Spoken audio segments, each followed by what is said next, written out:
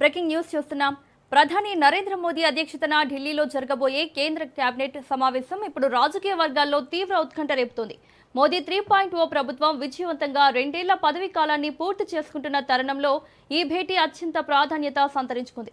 ముఖ్యంగా కేంద్ర మంత్రివర్గ ప్రక్షాళన జరగబోతోందనే ప్రచారం ఢిల్లీ వేదికగా జోరుగా సాగుతోంది.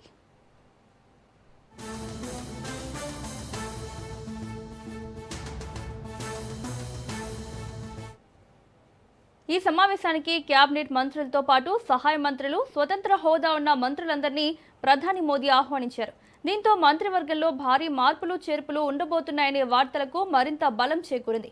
పనితీరు ఆధారంగా కొందరు మంత్రులకు ఉద్వాసన పలికి రాబోయే ఎన్నికల వ్యూహాలకు అనుగుణంగా మరికొందరు కొత్త ముఖాలకు, మిత్రపక్షాలకు ఈ కేబినెట్లో అవకాశం కల్పిస్తారనే టాక్ వినిపిస్తుంది. ఈ నేపథ్యంలోనే ప్రధాని మోదీ పిలిచిన ఈ పూర్తి స్థాయి మంత్రివర్గ సమావేశంపై దేశవ్యాప్తంగా సర్వత్రా ఆసక్తి నెలకొంది.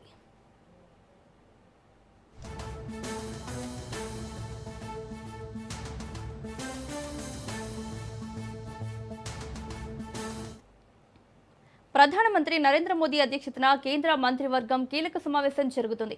ఈ భేటీకి కేబినెట్ మంత్రులతో పాటు సహాయ మంత్రులు, స్వతంత్ర హోదా ఉన్న మంత్రులందరికీ ఆహ్వానం అందింది.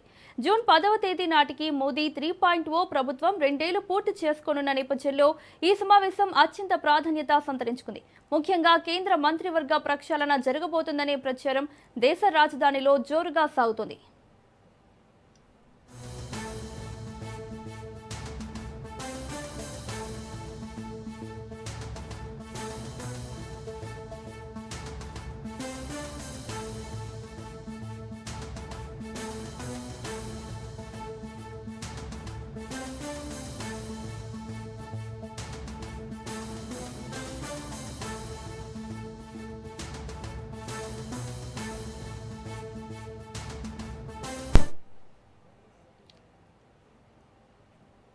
ఇదే అంశానికి సంబంధించి మరిన్ని అప్డేట్స్ మా బ్యూరో చీఫ్ రాజ్ రెడ్డి అందిస్తారు.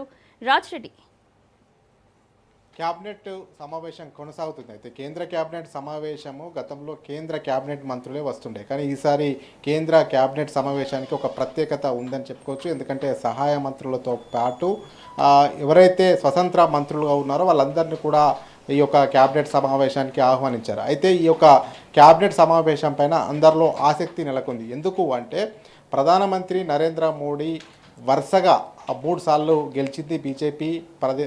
ప్రధానమంత్రిగా నరేంద్ర మోడీ 12 సంవత్సరాల నుంచి కంటిన్యూ అవుతున్నాడు. ఇది 3వ టర్ము మళ్ళా గెలిచాడు. ఇప్పుడు 2 ఏళ్ళు కూడా జూన్ వరకు పూర్తి చేసుకుంటారు. ఈ యొక్క నేపథ్యంలో అసలు ఈ 12 సంవత్సరాల పనితీరు, ఈ 2 సంవత్సరాలు 3వసారి అధికారంలోకి వచ్చిన తర్వాత ఈ 2 సంవత్సరాలు కేంద్ర ప్రభుత్వ పనితీరు ఏ విధంగా ఉందనేది కూడా ఈ యొక్క క్యాబినెట్లో పూర్తిగా చర్చించనున్నారు. ముఖ్యంగా చూసుకున్నట్టయితే శాఖల వైజ్ కూడా రివ్యూ చేసే అవకాశాలు ఉన్నాయి. ఎందుకంటే ఏ శాఖ పర్ఫార్మెన్స్ ఎట్లా ఉంది, ఎవరెట్లా పనిచేస్తున్నారు అనేది కూడా కేంద్ర క్యాబినెట్ మంత్రులది, అదేవిధంగా ఇండిపెండెంట్ మంత్రులది, అదేవిధంగా సహాయ మంత్రులది. కేంద్ర క్యాబినెట్లోకి తీసుకున్నటువంటి మంత్రుల పనితీరు ఏ విధంగా ఉంది, పనితనం ఏ విధంగా ఉంది అనేది కూడా దానిపైన కూడా ఖచ్చితంగా రివ్యూ జరిగే అవకాశాలు అయితే కనబడతా ఉన్నాయి. ఎందుకంటే గతంలో కన్నా భిన్నంగా ఈసారి క్యాబినెట్ మీటింగ్ జరుగుతుంది. సహాయ మంత్రులు వచ్చారు, అదేవిధంగా ఇండిపెండెంట్ మంత్రులు వచ్చారు, క్యాబినెట్ మంత్రులు వచ్చారు. కాబట్టి ప్రతి డిపార్ట్మెంట్ మీద, ప్రతి శాఖ మీద కూడా చర్చ జరిగే అవకాశాలు కనబడతా ఉన్నాయి. అదేవిధంగా పెద్ద ఎత్తున ఢిల్లీలో కూడా వార్తలు వస్తూ ఉన్నాయి. ఖచ్చితంగా కేంద్ర క్యాబినెట్ ప్రక్షాళన కాబోతుంది. ప్రక్షాళన అవుతున్నటువంటి నేపథ్యంలోనే ఈ యొక్క క్యాబినెట్ సమావేశానికి సహాయ మంత్రులతో సహా అందరి మంత్రులను ప్రధానమంత్రి మోడీ ఆహ్వానించారు. ఈ యొక్క నేపథ్యంలో అసలు ఎలాంటి నిర్ణయాలు తీసుకోబోతారు, ఏ శాఖలో ఎవరిని ప్రక్షాళన చేయబోతారు అనేది కూడా మొత్తానికైతే ఉత్కంఠ నెలకొంది. ముఖ్యంగా చూసుకున్నట్టయితే మిత్రపక్షాల భాగస్వామ్యంతో ఎన్డీఏ ప్రభుత్వం నడుస్తుంది. ఈ యొక్క నేపథ్యంలో టీడీపీ, జేడీయూ, జనసేన పార్టీలకు కూడా ప్రాధాన్యత ఎక్కువగా కల్పించే అవకాశాలు అయితే కనబడతా ఉన్నాయి. ఎందుకంటే రానున్న రోజుల్లో కీలకమైనటువంటి బిల్లులను ఆమోదించుకోవడానికి ఎన్డీఏ సర్కార్ అడుగులు వేస్తున్నటువంటి నేపథ్యంలో టీడీపీ, జేడీయూ, జనసేనలకు కూడా ప్రాధాన్యత ఇవ్వాలి. క్యాబినెట్లో వాళ్ళను కూడా ఇంకా కొంతమందిని తీసుకోవాలనేది కూడా ఆలోచన చేస్తున్నారు. ముఖ్యంగా చూసుకున్నట్టయితే జేడీయూ అధినేత నితీష్ కుమార్ బీహార్ ముఖ్యమంత్రిగా ఉండే ఆ తర్వాత రాజీనామా చేశారు, రాజ్యసభ సభ్యుడిగా ఎలక్ట్ అయ్యారు.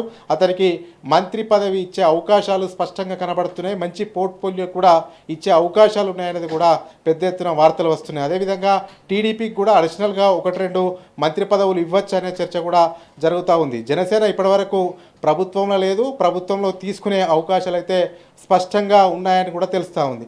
అయితే ముఖ్యంగా చూసుకున్నట్టయితే ఈ మిత్రపక్షాలైనటువంటి 3 పార్టీలకు ప్రాధాన్యత ఇస్తూనే మరోవైపు పనితీరును బట్టి, పని విధానాన్ని బట్టి ఏ శాఖలో మంత్రులు మంచిగా పనిచేశారు, ఎవరు పర్ఫార్మెన్స్ సరిగా లేదు, ఇవన్నింటినీ కూడా ప్రధానమంత్రి నరేంద్ర మోడీ బేరేజు వేసుకొని మంత్రివర్గాన్ని కూడా ప్రక్షాళన చేసే అవకాశాలు అయితే స్పష్టంగా కనబడుతున్నాయి. అదేవిధంగా దక్షిణ భారతదేశం పైన సౌతి తల్లి ప్రేమ చూపిస్తుంది బీజేపీ ప్రభుత్వం అనేది కూడా పెద్ద ఎత్తున ఆరోపణలు చేస్తున్నటువంటి నేపథ్యంలో దక్షిణ భారతదేశంలో సంబంధించినటువంటి రాష్ట్రాలకు కూడా ప్రాధాన్యత పెంచే అవకాశాలు కనబడుతున్నాయి. ముఖ్యంగా తెలంగాణలో కానీ ఓవైపు తమిళనాడు కూడా అన్నమలైకి రాజ్యసభ సభ్యుడు ఇచ్చి అతన్ని మంత్రివర్గంలోకి తీసుకునే అవకాశాలు కూడా ఉన్నాయనేది కూడా పెద్ద ఎత్తున వార్తలు వస్తున్నాయి. దక్షిణ భారతదేశంలో కూడా బీజేపీ బలోపేతం కావాలని చూస్తున్నటువంటి నేపథ్యంలో దక్షిణ భారతదేశానికి కూడా ప్రియారిటీ ఇచ్చే అవకాశాలు అయితే కనబడుతున్నాయి. ముఖ్యంగా చూసుకున్నట్టయితే ఈ 2 సంవత్సరాల పాలన ఏ విధంగా ఉంది, ఎలాంటి సంక్షేమ పథకాలు అమలు చేశాము, రానున్న రోజుల్లో ఎలాంటి పాలసీస్ తీసుకురావాలి, ఇంకా ఏమన్నా కొత్త పథకాలు ఏమన్నా తీసుకురావాలా అనేది కూడా ఇందులో డిస్కషన్ చేసే అవకాశాలు అయితే స్పష్టంగా కనబడతాయి. ఖచ్చితంగా అయితే పెద్ద ఎత్తున రాజకీయ వర్గాల్లో ఢిల్లీలో మాత్రం పెద్ద ఎత్తున ఒక చర్చనైతే జరుగుతుంది. ఖచ్చితంగా రాజకీయంగా క్యాబినెట్లో ప్రక్షాళన ఖచ్చితంగా ఉంటుంది అనేది కూడా ఒక రకమైనటువంటి చర్చనైతే జరుగుతూ ఉంది. Right Raja Reddy, thank you.